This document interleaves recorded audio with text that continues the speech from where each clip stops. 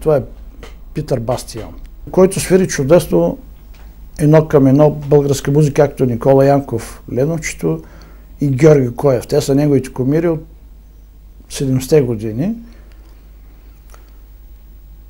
В Дания се чувствам горд, че съм българин, че свира народна музика. Ето виж тук в много училища, общо образователни концерти. Вместо в България да го прави, ходим там на 3000 км. Всички деца са сядали в физкултурния салон и по продължение на един учебен час, 45 минути, и свирим българска народна музика. По покана на Министерството на образованието на Дания. Вече 12 години те са много важни неща за мен. Тук в Копенхаген на 1 май, ден на труда, концерти засвираме в парка. Те имат такива обичаи с кошницата, с бирата, с храната, отиват на пикник навънка. И наблизо до нея е залата, където ще ни е концерта вечерта. Свирим в джаз клубове, 200-250 човека. И като засвирим хоро, от тези 250, 50 стават и играят хоро, седно си в България. Идва сегашния период, това са оркестър Млади тракийци. Ваня Вълкова, Димитър Богданов, с ръководител Божидар Стрехен. Много хубави дни и години изкарах с тях. Просто съжалявам, че не са с тях, но такива са ситуациите. И след Млади тракийци следват оркестър Астра. Сянка Иванова, ръководител Димчо Димитров, другите са млади момчета. Това е племенника на Делчо Митев. Чудесен музикант. И дай Боже да има още снимки да ви покажа следващия път. И нови оркестри. С още по-млади хора и още по-можещи, знаещи и искащи да свират народна музика.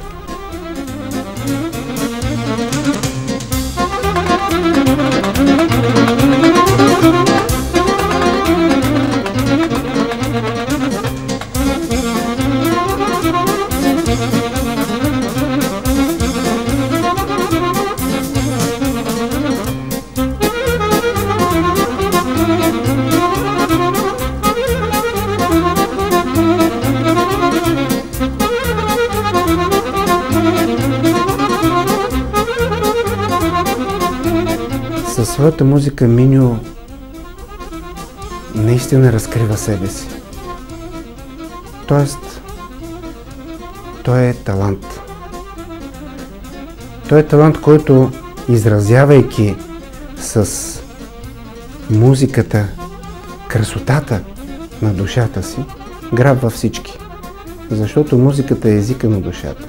Трудно е да даваш оценки за твои приятели и особено за хора, които са 40 години на сцената, които 40 години веселят хората с българския фолклор. И факта, че Миньо Георгиев има толкова много приятели, толкова много почитатели, толкова много млади музиканти, които се интересуваме и слушаме неговите фолклорни мелодии, за мен значи много. Този човек е една история в българската народна музика, една история в развитието на саксофоновото изкуство в народната музика. Миньо Георгиев ще си остане завинаги в сърцата на хората, в съзнанието им като най-явния, най-добрия, най-колоритния саксофонист. Човека, който накара хората да гледат на саксофона като на инструмент за народна музика. И той никога няма да си отиде от музиката, никога няма да си отиде. Той ще бъде вечно запомнен. За отношението към него човек може да разбере, когато тръгне да обикаля страната и вижда как хора от с различни възрасти, с различно социално положение го спират и искат да говорят с него. Общото между тези различни хора е начинът, по който го гледат, радостта, гордостта, че го познават. Те водят децата или внуците си при него, или родителите си, за да видят него, Миньо Георгиев. Най-интересното е, че както хората обичат Миньо, така и той обича тях.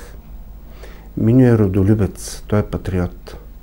Но не по онзи начин, по който доста често се изказват хората. Аз обичам страната си, но просто не е случила на народ. Напротив, Миньо обича българите, обича своя род.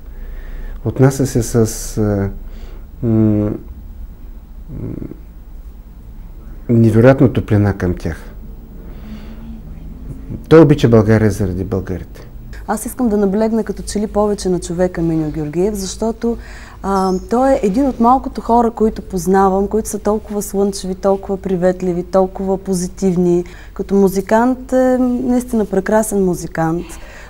Имала съм удоволствието да работиме заедно, да правиме заедно народна музика. Той е така човека, който успява да приближи публиката до народната музика, защото има страшно много душа влага в музиката си.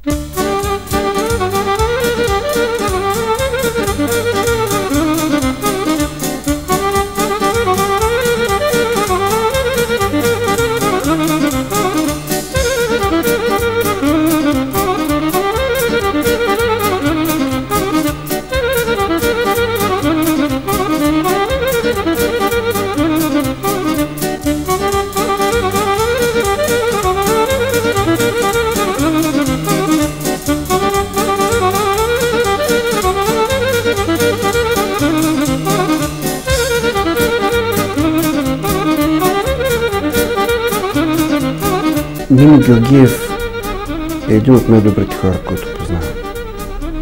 Той е една богата душа. Той е един земен човек. Той е човек, който се раздава за приятелите си и не иска нищо срещу това. Той си е Миньо Георгиев. Неговият дух е страшно млад, по-скоро тинейджърски и смятам, че точно това е неговото очарование и че той никога няма да остарее. Желая му дълги години да се радва на този хубав бял свят, на внуци, на добро здраве, на какво друго бих могла да пожелая на един голям българин като него, на един голям музикант. Живот и здраве! Знам, че най-ценното за всеки един от нас е преди всичко да бъде здрав. Бати Миньо, честит юбилей! Имам една песен, която е включена в последния ми албум, точно за рожденици. И нека всичко, което се пее в припева на тази песен, Миньо да те сполети, от тук нататък да бъде спътник в живота ти, а именно здраве, щастие, късмет, всичко да ти е наред и каквото ти е на сърце, то да ти е в ръце. Дълголетие. Творческо дълголетие. Искам да му пожелая много любов. Човек има нужда от нея през целия си живот. Защото колкото повече любов раздава, редното е и толкова повече любов да получава.